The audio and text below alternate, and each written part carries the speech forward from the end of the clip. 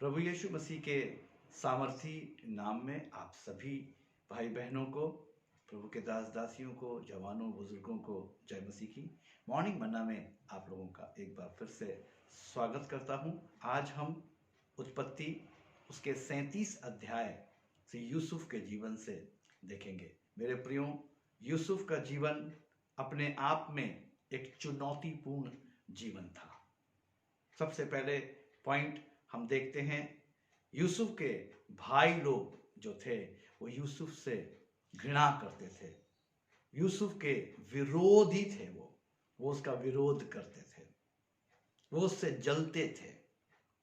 दूसरा पॉइंट हमारे पास है, यूसुफ के भाइयों ने योजना बनाई कि उसे जान से मार दिया जाए। तीसरा पॉइंट हम देखते हैं कि उसके भाइयों ने उसे उठाया और गड्ढे में फेंक दिया। और चौथी जगह पर हम देखते हैं कि उसके भाइयों ने इस्माइलियों के हाथों यूसुफ को बेच दिया, जो मिस्र की ओर जा रहे थे। हाँ मेरे प्रियो, हम यूसुफ के जीवन से क्या देख रहे हैं? बार बार उसके जीवन में सताव, बार बार उसके जीवन में परेशानी, और उसी के घर के द्वारा, उसी के घर के लोगों के द्वारा, उसके भाइयों के द्वारा उसका सताव हम देख रहे हैं। उसके भाई किसी रीति से भी नहीं चाहते थे कि वो रहे। क्यों? क्योंकि यूसुफ ने दर्शन देखा था, स्वप्न देखा था, और उस स्वप्न का जो अर्थ उसने बताया था वो उसके भाइयों को पसंद नहीं आया था। और उसके भाई उसे चिढ़ाते थे कि देखो वो स्वप्न देखने वाला आ रहा है। और मेरे प्रियो, एक दिन ऐसा हुआ कि उन लोगों ने आपस में सम्मति करी और यूसुफ को उठाकर इस्माइलियों के झुंड में, उन इस्माइलियों के हाथों में उसे बेच दिया। और यूसुफ जो है वो पोतीपर के हाथों में पहुंच गया। हाँ मेरे प्रियो, वहां पर वो एक बंदवाई के स्तर पर चला गया और वहां पर उसको जेल खाने में डाल दिया गया। और वहां पर मेरे प्रियो, परमेश्वर ने उसके साथ व्यवहार किया, उससे परमेश्वर ने बातचीत करी और उसने वहां पर जो राजा का दर्शन था, जो राजा का स्वप्न था, उसका उत्तर बताकर जो है राजा के दिल को जीत लिया। और मेरे प्रियो, हम देखते हैं परमेश्वर के वचन के अंदर कि पोतीपर जो राजा है वो कहता है कि यूसुफ का जो परमेश्वर है वो महान परमेश्वर है। हाँ मेरे प्रियो, आज मॉर्निंग मन्ना में मैं आपसे यही कहना चाहता हूं, आपको यही बताना चाहता हूं यूसुफ के जीवन से। यूसुफ के जीवन में जो समस्या थी वही समस्या आज हमारे साथ भी है। हो सकता है हम में से बहुत से ऐसे लोग जो आज मॉर्निंग मन्ना में हमारे साथ हों, उनका भी उनके घर वालों के द्वारा ही विरोध होता हो, घर वाले ही जो है उनकी जड़ काटते हों, उनके विरोध में बोलते हों, जो कि हम यूसुफ के जीवन में देख रहे हैं कि उसके घर के ही लोग, उसके अपने ही भाई जो है उसे मार डालने की युक्ति रखते थे और उसे गड्ढे में फेंक दिए, उसे उठाए और उसे इस्माइलियों के हाथों में उन्होंने बेच दिया मेरे प्रियो। और अपने पिता से जाकर कह दिया कि जंगल में एक जानवर ने उसे जान से मार दिया और बकरे का खून लगाकर उसके कोट के ऊपर उसके पिता को दिखा दिया कि देखो ये उसका कोट है जो तूने उसको दिया था।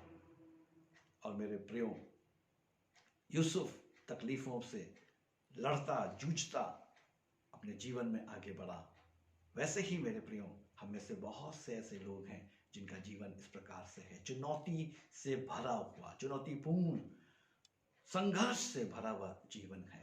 लेकिन मेरे प्रियो, मैं आज परमेश्वर के वचन से आपको बताना चाहता हूँ, उत्साहित करना चाहता हूँ। प्रेरितों के काम उसका 7वां अध्याय और उसके 9 और 10 पद को मैं आपके सामने पढ़ूंगा और यहाँ पर मेरे प्रियो यूसुफ के विषय में जो लिखा है वो सराहनीय है मेरे प्रियो। लिखा है, और कुलपतियों ने यूसुफ से डाह करके उसे मिस्र देश जाने वालों के हाथ बेचा, परंतु परमेश्वर उसके साथ था। हालेलुया। हाँ मेरे प्रियो, मैं आपसे यही कहना चाहता हूं, इतनी तकलीफों में होने के बावजूद, इतनी समस्याओं से गुजरने के बावजूद भी परमेश्वर यूसुफ के साथ था। क्यों? क्योंकि यूसुफ परमेश्वर से डरता था, परमेश्वर केंद्रित था।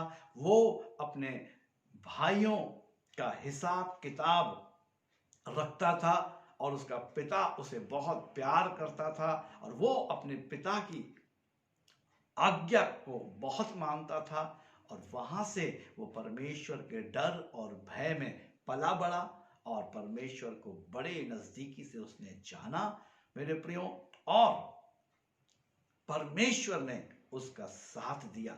क्यों? क्योंकि यूसुफ परमेश्वर केंद्रित था।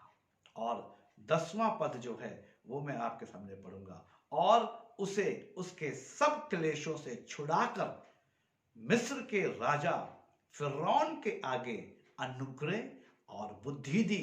परमेश्वर ने फिरौन के राजा के आगे यूसुफ को बुद्धि दी और अपना अनुग्रह उसके ऊपर बनाया और उसने उसे मिस्र पर और अपने सारे घराने पर हाकिम ठहरा दिया, प्रधानमंत्री बना दिया मेरे प्रियो। हाँ मेरे प्रियो, मैं आपसे यही कहना चाहता हूं, जो लोग परमेश्वर से प्रेम करते हैं उनके लिए सारी बातें मिलकर भलाई को उत्पन्न करती है।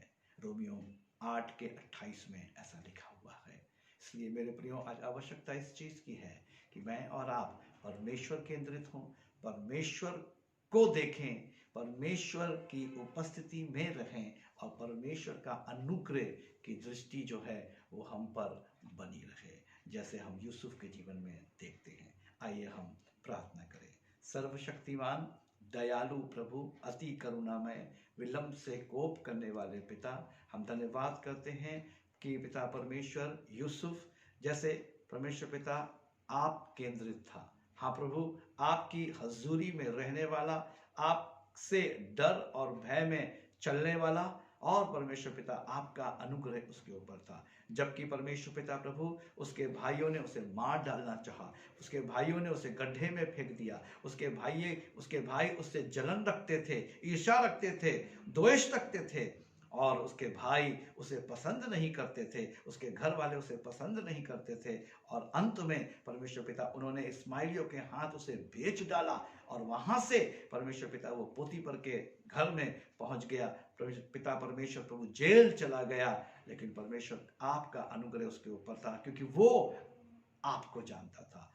आप प्रभु जी, वो उसने आपको अपने केंद्र में रखा हुआ था। मैं यही प्रार्थना करता हूं कि हम में से हर एक जन प्रभु जी आपको अपने केंद्र में रखने वाला हो सके। हाँ परमेश्वर पिता, और आपका अनुग्रह की दृष्टि हम पर होने पाए जैसे यूसुफ पे थी। और परमेश्वर पिता आपने उसे उठाया उसका, और परमेश्वर पिता पोतीफर ने प्रभु जी प्रधानमंत्री के रूप में ठहरा दिया। हाँ प्रभु जी, धन्यवाद करते हैं राजा इस अच्छे वचन के लिए और प्रार्थना करते हैं परमेश्वर पिता, यदि हम में से कोई भी परमेश्वर पिता अपने परिवार की तरफ से प्रताड़ित है, परिवार के लोग जो है उसे नीचा दिखाते हैं, परिवार के लोग जो है जलन रखते हैं, ईर्ष्या रखते हैं, परमेश्वर पिता मैं प्रार्थना करता हूँ आज इस मॉर्निंग मन्ना के द्वारा आप उससे प्रभु जी बातचीत करें, उठाएं, उत्साहित करें, ताकि परमेश्वर पिता जो बंधन है वो टूट नहीं पाए और प्रभु आपके नाम में, यीशु मसीह के नाम में छुटकारा मिलने पाए। मदद करें, अगुवाई करें, अनुग्रह करें, प्रभु यीशु के नाम में, आमीन। प्रियो, प्रभु आप सबको बहुत आशीष दे। जय मसीह की।